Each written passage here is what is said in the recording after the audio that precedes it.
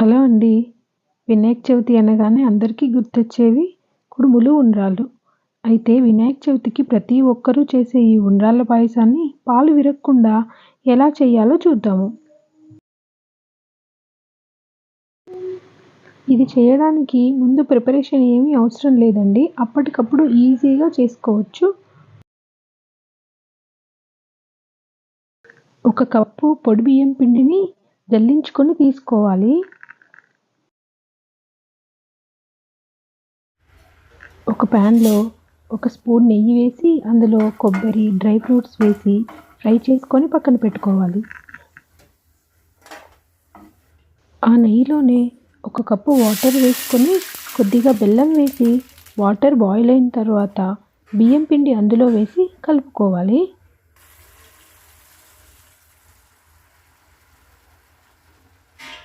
ఒక కప్పు వాటర్‌కి ఒక కప్పు బియ్యం పిండి సరిపోతుంది.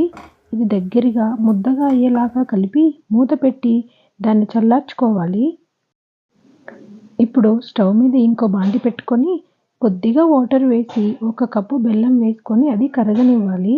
బెల్లం పాకం ఏమీ అవసరం లేదండి. జస్ట్ కరిగితే సరిపోతుంది.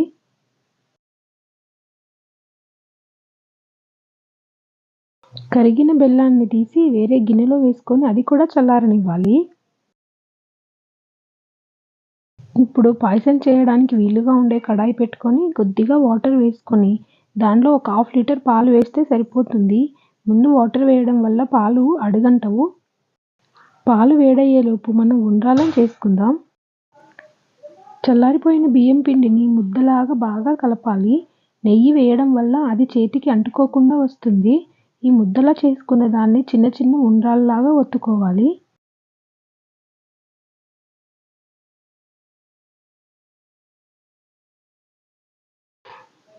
పిండి మొత్తాన్ని ఇలా ఉండ్రాల్లాగా, ఇలా తాలికల్లాగా చేసుకొని పక్కన పెట్టుకొని కొద్దిగా పిండి తీసుకొని ఒక గిన్నెలో వాటర్ వేసుకొని ఆ పిండినంతా వాటర్‌లో కలిసేలాగా కలుపుకోవాలి. ఇప్పుడు మరుగుతున్న పాలల్లో ఈ ఉండ్రాళ్ళన్నీ వేసి ఒక 10 నిమిషాలైతే బాయిల్ చేసుకోవాలి.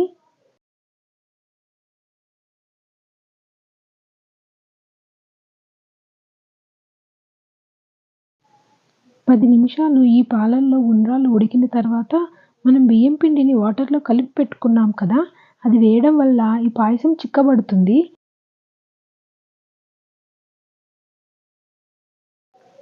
బియ్యం పిండి నీళ్లు కూడా పోసిన తర్వాత ఇంకొక 10 నిమిషాలు మీడియం ఫ్లేమ్‌లో ఉడకనివ్వాలి. అప్పుడు పాయసం బాగా చిక్కబడి దగ్గరకవుతుందనమాట.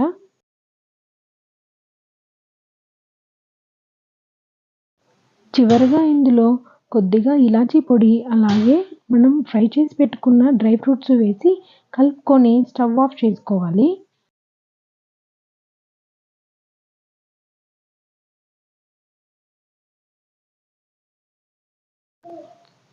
స్టవ్ ఆఫ్ చేసిన తర్వాత మాత్రమే ఆ బెల్లం నీళ్ళని ఈ పాయసంలో వేసుకోవాలండి. లేకపోతే పాయసం విరిగిపోతుంది. బెల్లం నీళ్ళు చల్లగా ఉండాలి. అప్పుడే పాయసంలో వేయాలి. ఇలా పాలు విరగకుండా పాయసాన్ని చేసుకొని ఈ వినాయక చవితికి దేవుడికి నైవేద్యంగా పెట్టి అందరూ ఎంజాయ్ చేస్తారని అనుకుంటున్నాను. ఈ వీడియో మీకు నచ్చితే ఒక లైక్ చేయండి. సబ్స్క్రైబ్ చేసుకోవడం మాత్రం మర్చిపోకండి.